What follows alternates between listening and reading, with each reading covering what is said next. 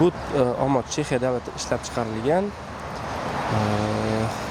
Sukov Max Green nomli po'latdan qilingan omoch. Xo'p, bunda po'latdan mana strings, o'sha eng strings ramalar bu po'latdan qilinadi.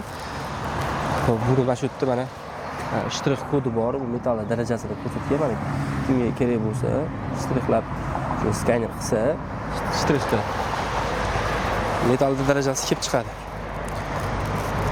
Bo'yinlar ham juda ham yaxshi.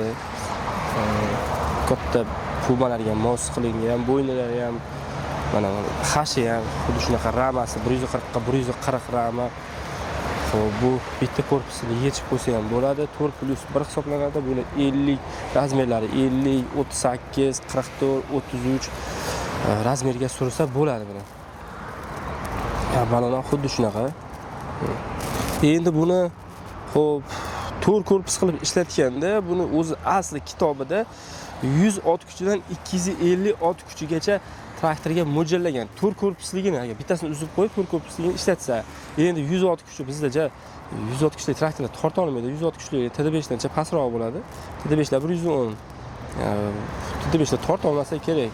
Biz O'zbekistondagi traktorlar 130 ot kuchi, 140 ot kuchidan boshlangan traktorlar tortaveradi 4 korpusligini. Endi 5 taligini Puma 210lar, MX'lar, 60-70 New Holdinglar ishlataveradi bemalol. Buni endi zapchastlarga keladigan bo'lsak, zapchastlar lemka bilan birga bir atval, полевой doska, sapochkasi, hamma narsasi birga bir qilingan. Faqat bitta pretrujniy boshqacharoq xolos bunda.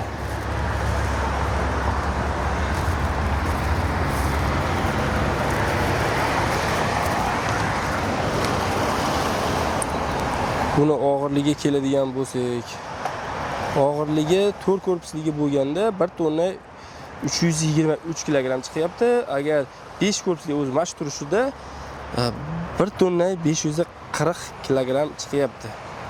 Shu og'irligi.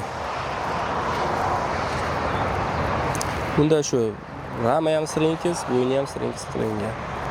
Xo'p, buni narxiga keladigan bo'lsak, narxi 368 million 600 ming so'm turadi narx.